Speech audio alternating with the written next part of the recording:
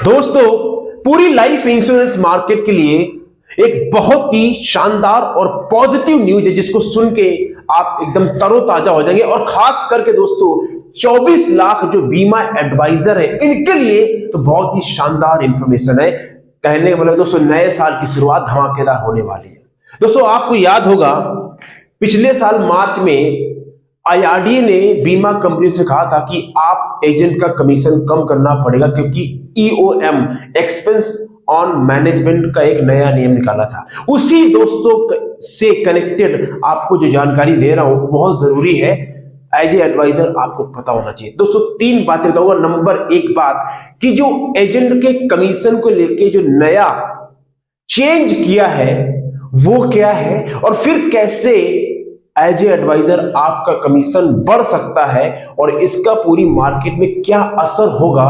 ये 3 बातों पे इस वीडियो में आराम से हिंदी में चर्चा होगी। तो अगर आप इस इंडस्ट्री से जुड़े हैं, जुड़ना चाहते हैं, पार्ट टाइम में फुल टाइम में नौकरी करते हैं एडवाइजर, तो ये वीडियो आपकी बहुत शानदार है। और अगर आप पहली बार हैं, thank you very much, subscribe कर लीजिए। My name is Ravi the founder of Phone to Fortune System. India में दोस्तों एक मिशन लेके चला अगले 5 साल में 1 लाख एमडीआर वो लोग जो फाइनेंशियल फ्रीडम एंजॉय करें, कम से कम महीने में 1 लाख अर्न करेंगे।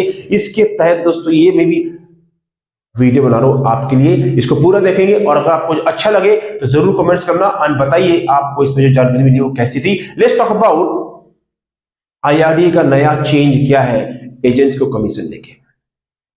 दोस्तों पिछले साल मार्च के महीने में 2023 में आईआरडीए ने एक कहा था, इंश्योरेंस कंपनी के ऊपर एक कैप लगाई थी। उस कैप का नाम था ईओएम। ईओएम इसका मतलब क्या होता है? एक्सपेंस ऑन मैनेजमेंट और एक्सपेंस ऑफ मैनेजमेंट। इसका मतलब यह होता है कि कंपनी अपने कमाई का कुछ पैसा ही अपने खर्चे में ला सकती है, जिसको बोल सकते हैं डिस्ट्रीब्यूशन कॉस्ट। तो कंपनी ने कहा था, आईआरडीए ने कहा था कि 30% से ज्यादा आप ईओएम यानी 30% से ज्यादा आप खर्च नहीं कर सकते। तो जिसका सीधा दोस्तों मतलब था कि एजेंट के कमीशन में कैची चला दो, यानी आप 30% के ऊपर अपना खर्चा दिखा नहीं सकते, तो अब एजेंट का कमीशन तो होता है, डिस्ट्रीब्यूशन कॉस्ट होती है, तो उस पैसे को आप कम करो। डायरेक्टली उसका नुकसान एजेंट भाइयों को हो रहा था, होता अगर ये अप्लाई हो जाता। तो दोस्तों जब ये अप्लाई किया आईआरडीए ने, उसके बाद में पूरी मार्केट में भूचाल आ गया था। जगह जगह धरने प्रदर्शन हुए, लोगों ने बहुत बड़ी बड़ी बातें करी, लोगों ने कहा इंडस्ट्री खत्म हो जाएगी, कंपनियां बंद हो जाएगी, बीमा भी, बहुत तरह की मार्केट में पूरी नेगेटिविटी भर गई थी। और कई सारे एडवाइजरों ने, एजेंटों ने इस इंडस्ट्री को छोड़ने का डिसीजन लिया, कईयों ने छोड़ दिया और कई लोगों ने काम करना बंद कर दिया था।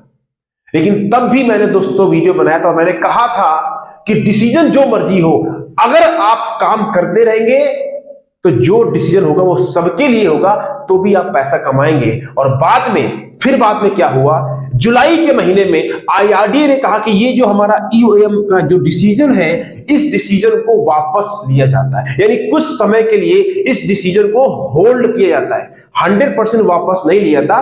एक बात थी कि चलो ठीक है, इसके ऊपर दोबारा विचार करेंगे, दोबारा प्रपोजल करेंगे, अभी कुछ समय के लिए इस डिसीजन को होल्ड कर लो। इससे दोस्तों फिर से बाजार में एक जबरदस्त उछाल आ गया था। लेकिन ये उस समय डिसीजन सिर्फ एक नॉर्मल होल्ड में था। लेकिन अब आईआरडीए ने ये जो एक्सपेंस ऑन मैनेजमेंट का जो कैपिंग लिमिट है उसको दोस्तों पूरी तरह से खत्म कर दिया है। मतलब क्या है कि अब किसी तरह का कंपनी के ऊपर कोई एक्सपेंस की लिमिट नहीं रहेगी, यानी कंपनी अपने मर्जी से अपने खर्चे कर सकती है और एडवाइजर को कमीशन दे सकती है। तो दोस्तों ये अब, अच्छा कुछ लोग बोलते हैं ये कहां है, मैं आर्टिकल शेयर कर दूंगा, वहां पे जाके आप पढ़ सकते हैं अगर आप पढ़ना चाहते हैं। तो इसका मतलब क्या हुआ? मतलब बहुत दोस्तों साफ है कि अब इंश्योरेंस कंपनियां अपने हिसाब से काम कर सकती हैं और पूरी मार्केट में ये बहुत जबरदस्त पॉजिटिव लहर है। अब दूसरा सवाल ये है कि इससे एजेंट का कमीशन कैसे बढ़ सकता है। अभी आईआरडीए ने ऐसा तो कहा नहीं है कि एजेंट का कमीशन बढ़ा दो या किसी कंपनी का कमीशन बढ़ाया हो, तो इससे एजेंट का कमीशन कैसे बढ़ेगा, उसकी बात की क्या प्रूफ है। अब बहुत ध्यान से मैं जो समझा रहा हूं उनको सुनो। अगर ये बात आपको समझ में आ गई जो मैं आपको समझाने जा रहा हूं, तो आपकी हो जाएगी बल्ले बल्ले। 3 कारण मैं आपको देता हूं, 3 रीजन कि कैसे एजेंट का कमीशन इससे बढ़ेगा। ठीक है, तो बहुत ध्यान से आपको सुनना है। पहला रीजन, फर्स्ट रीजन, क्यों एजेंट का कमीशन बढ़ेगा, बढ़ सकता है। देखिए, अभी तक क्या था, इंश्योरेंस कंपनियां दबाव में थी, आईआरडी की कैपिंग लिमिट, इसके ऊपर आप पैसा दे नहीं सकते। अब इंश्योरेंस कंपनी आ गई, फ्रीडम, आजादी हो गई, ठीक है। जब फ्रीडम है, आजादी है, अकाउंटेबिलिटी नहीं रही कि हम कितना कमीशन दे रहे हैं, तो इंश्योरेंस कंपनी अपने मर्जी से अपने कमीशन को दे सकती है। तो ये एक आजादी हो गई, ये प्रूफ है, ये एक यू कैन से कि company have a right now, वो दे सकते हैं, नहीं दे सकते हैं, उनके पास फ्रीडम है। और जब फ्रीडम होती है तो दोस्तों डिसीजन और एक्शन भी फास्ट होता है। अब जो दूसरा और तीसरा कारण बता रहा हूं, कमीशन क्यों बढ़ेगा, ये सुन के आप बोलेंगे यस इट मेक सेंस। देखिए, आज की डेट में पूरे हिंदुस्तान की मार्केट में 24 लाइफ इंश्योरेंस कंपनी है, लाइफ की बात कर रहा हूं, ठीक है। और ये कंपटीशन धीरे धीरे बढ़ रहा है। 10 कंपनियां लाइन में है जिनका आईआरडीए के पास प्रपोजल पेंडिंग है कि उनको लाइसेंस मिले और वो बाजार में काम करना शुरू करें आके। बहुत ध्यान से इस बात को समझो, जिसमें कि जियो फाइनेंशियल भी है, जो रिलायंस की कंपनी है, मुकेश अंबानी जी की, ठीक है। तो अब इन कंपनियों में आपस में कंपटीशन है और धीरे धीरे कंपटीशन बढ़ रहा है। क्यों हो रहा है, इस बात को समझो। इंश्योरेंस कंपनी को यह बात मालूम है कि उसका जो प्रोडक्ट है, उसका जो प्लान है, उसकी जो सेल्स है, वो कस्टमर खरीदता नहीं है, मेरा एडवाइजर, मेरा एजेंट बेचता है। फिर बोल रहा हूं, बीमा कंपनी को मालूम है कि इंश्योरेंस का जो प्रोडक्ट है वो कस्टमर खरीदता नहीं है, उसको मेरा एडवाइजर बेचता है। यानी इंडिया के अंदर इंश्योरेंस एक पुष्ट प्रोडक्ट था, है और रहेगा। सो दे अंडरस्टैंड कि उनका कस्टमर, असली कस्टमर वो नहीं है जो कस्टमर पॉलिसी खरीदता है। बीमा कंपनी को बात मालूम है कि उनका जो असली कस्टमर है वो एजेंट है जो उनकी पॉलिसी बेचता है, ओके। और जो एजेंट कंपनी को पैसे कमा के देता है, उसको कंपनी कभी खोना नहीं चाहेगी। बात समझ आ रही है आपको। सो कंपनी अंडरस्टैंड कि उनकी जो सफलता है वो इस बात के ऊपर बहुत ज्यादा डिपेंड नहीं करती कि उनके पास क्या प्लान है। प्लान लगभग सबके पास वही है। असली सफलता डिपेंड करती है कि कितने एडवाइजर, कितने एजेंट उनके साथ जुड़े हैं, और जुड़े होने के साथ में कितने एडवाइजर एक्टिव हैं जो काम कर रहे हैं, और कितने एडवाइजर कंपनी से खुश भी हैं। ये सारी बातें मैटर करती। इसीलिए आज जितनी भी बीमा कंपनी है लाइफ इंश्योरेंस में, वो सब के सब अपने एडवाइजर्स, अपने एजेंट के लिए जबरदस्त तरीके से मीटिंग करती हैं, बुलाती हैं, तरह तरह के इंसेंटिव लॉन्च करते हैं, स्कीम देते हैं, विदेश देते हैं। क्यों? उनको पता है अगर एजेंट खुश तो कंपनी का माल बिकेगा, एजेंट ना खुश तो कंपनी चलेगी नहीं। जितना मर्जी जोर लगा दो, चाहे किसी फिल्म स्टार को ले आओ, किसी को ले आओ, कुछ होने वाला नहीं है। एजेंट ना खुश तो कंपनी नहीं चल सकती, बता रहा हूं मैं आपको, ठीक है। तो किसी भी हाल में बीमा कंपनी को पता है कि मेरा एडवाइजर मेरा कस्टमर है, तो वो अपने एडवाइजर को खोना नहीं चाहेगी। और जब कंपनियां मार्केट में आएंगी, जियो कंपनी आएगी, पता है रिलायंस का इतिहास है, वो जिस मार्केट में जाती है उस मार्केट में तहलका मचाती है। वो आके कुछ ऐसा करेगी तो कंपनियां मजबूर होंगी अपने एजेंट को बचाने के लिए और पॉलिसी बिकवाने के लिए, और कमीशन बढ़ेगा। क्योंकि दोस्तों एक चीज और आ चुकी है, एडवाइजर के पास एक चॉइस होगी आने वाले टाइम में, जो 3 बीमा कंपनी की पॉलिसी बेच सकता है एक लाइसेंस है, जो कि नियम में आने वाला है। तो जब उसके बाद 3 कंपनी बेचने की चॉइस है, तो कंपनी को मालूम है यार मेरे साथ जुड़ा तो है, पर इसके पास 3 कंपनियां और भी है, तो भैया पैसा बांटते रहो, जो ज्यादा पैसा बांटेगा लीगल तरीके से उसका माल बिकेगा। बात समझिए। तो ये दूसरा रीजन है कि कमीशन की वजह। तीसरा कारण समझिए, बहुत सॉलिड रीजन कि कमीशन क्यों बढ़ सकता है। दोस्तों पैसों का गेम समझो, मैं जो आप समझाना चाहता हूं इस चीज समझो। अगर ये समझ में आ गया तो समझो कि आप एक बिजनेसमैन बन चुके हैं। देखो हमें केवल एजेंट नहीं बनना, आपको एक बिजनेस पर्सन की तरह, बिजनेसमैन, बिजनेस वुमेन की तरह सोचना है। आपको जिंदगी भर नहीं, बस नहीं, you have to think like a business. तो समझिए दोस्तों, तीसरा कारण है पैसों का खेल, ठीक है। पैसों का गेम क्या है? कंपनी, देखिए क्या खेल है पैसों का। इंश्योरेंस कंपनी पैसा कब कमाती है? जब उसकी पॉलिसी बिकती है, पॉलिसी बिकी, कंपनी ने पैसा कमा लिया। तो इंश्योरेंस कंपनी के जितने भी चैनल हैं पॉलिसी बेचने के लिए, जितने भी चैनल हैं, चाहे वो एडवर्टाइजिंग करे, सोशल मीडिया मार्केटिंग करे, ऑनलाइन पॉलिसी बेचे, बिकवाए, या किसी फिल्म स्टार को हायर करे, या कैंपेन चलाए, या कुछ भी करे, इन सारे चैनल से पॉलिसी बेचने के लिए कंपनी को पहले पैसा खर्चना पड़ता है। यानी company first have to invest their money to make money. यानी अगर इनको पैसा कमाना है तो पहले इनको पैसा खर्चना पड़ेगा, तब ये पैसा कमाएंगे। क्या ये बात समझ में आ रही है आपको? किसी भी चैनल से, ठीक है।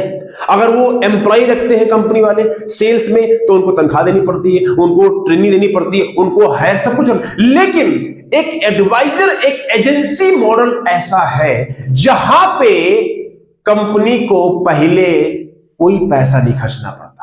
ये एक एडवाइजर आया, एजेंट आया, उसकी नॉर्मल ट्रेनिंग होती है, उसमें कोई खास खर्चा है नहीं। उसके तुरंत बाद एडवाइजर एजेंट जब कंपनी की पॉलिसी बेचता है, यानी कंपनी को जब पैसा कमा के देता है एडवाइजर आप लोग, तब कंपनी उस पैसे में से आपको कुछ पैसा देती है। ये पैसों की भाषा समझो आप लोग, बहुत सॉलिड पॉइंट है दोस्तों। यानी एज ए एडवाइजर कंपनी के ऊपर आप लायबिलिटी नहीं है, कंपनी के लिए आप असेट हैं। लायबिलिटी क्या होता है? जो पैसा हमसे लेता है, और एसेट क्या होता है? जो पैसा हमको देता है। तो एज ए एजेंट आपने कंपनी ज्वाइन किया, कंपनी की पॉलिसी बेची, कंपनी ने आपको कमीशन दे दिया, दैट्स इट। जब कंपनी की पॉलिसी बेचोगे तब कंपनी आपको कमीशन देगी। तो कंपनी के ऊपर कोई लायबिलिटी हो क्या? नहीं। कोई तनख्वाह दे रही नहीं, कोई खर्चा है? कोई खर्चा नहीं है, कोई खर्चा नहीं है।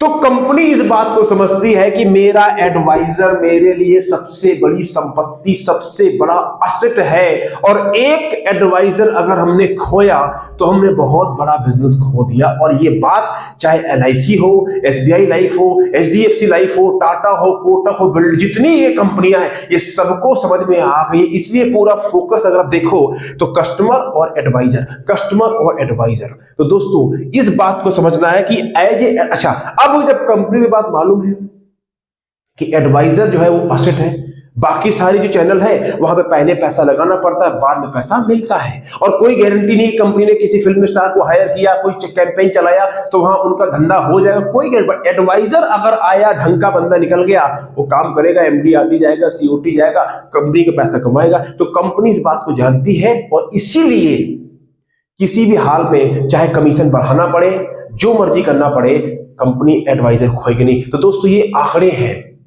जिससे कमीशन आगे फ्यूचर में बढ़ सकता है, क्योंकि कंपटीशन और बढ़ रहा है। और जिस तरीके से कंपनियां मार्केट में प्लान लॉन्च कर रही है, शॉर्ट टर्म प्लान, ये प्रूफ है कि insurance companies are desperate now, desperate है बिजनेस करने के लिए, क्योंकि मार्केट में जिस तरह की ग्रोथ आ रही है, अभी स्टॉक मार्केट थोड़ी गड़बड़ कर रही है, और जब स्टॉक मार्केट गड़बड़ करती है तो जो ट्रेडिशनल प्लान होते हैं उनकी सेल्स बढ़ जाती है। ये दोस्तों मैंने आपको आंकड़े दी जिससे कमीशन आपका बढ़ सकता है। अब कुछ लोग बोलेंगे रवि जी इसमें नया क्या? अरे बहुत नया है, इस बात को समझो पहले। इतना गहरा कॉन्सेप्ट आपको दिया, अगर समझ गए तो फिर आप पक्के बिजनेसमैन बन जाएंगे। हमको थिंकिंग को चेंज करना है, ठीक है। नाउ अब अगर आप चाहते हैं कि एज ए एडवाइजर आप कैसे अपने बिजनेस को सॉलिड तरीके से बिल्ड कर सकते हैं, तो क्योंकि मेरा एक मिशन है और मैं मिशन के लिए कर रहा हूं, तो मैं एक वर्कशॉप करने वाला हूं जहां पे MDRT ब्लूप्रिंट दूंगा आपको। MDRT का ब्लूप्रिंट कैसे करेंगे, शुरू कैसे करेंगे, कैसे लीड जनरेट करेंगे, कैसे क्लोज करेंगे, वो सब बताऊं, जिसकी वैल्यू 997 रुपए। But for limited time I am giving for free. Live होगा, नीचे में क्लिक कीजिए and register for that, and जब होगा तो आपको जानकारी मिल जाएगी, ठीक है। अब इसका असर दोस्तों क्या पड़ेगा? इसका मार्केट दो असर पड़ेंगे।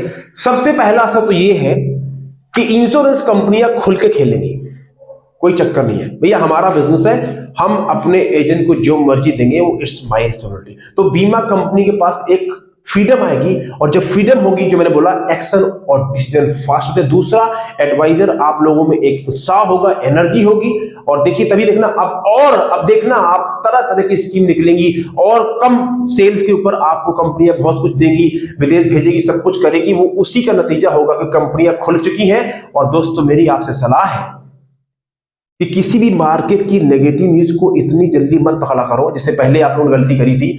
लगे रहो, काम पे लगे रहो, कमीशन बढ़ भी जाएगा, कल को कुछ कम भी हो गया तो भी जो काम करेगा, सीरियस काम करेगा, फोकस रहेगा, सीखेगा, वो पैसा कमाएगा कमाएगा। कमीशन चाहे कितना भी हो जाए, चाहे कितना बढ़ जाए, लेकिन हर कोई पैसा नहीं कमाए। क्यों? क्योंकि हर कोई काम करता ही है।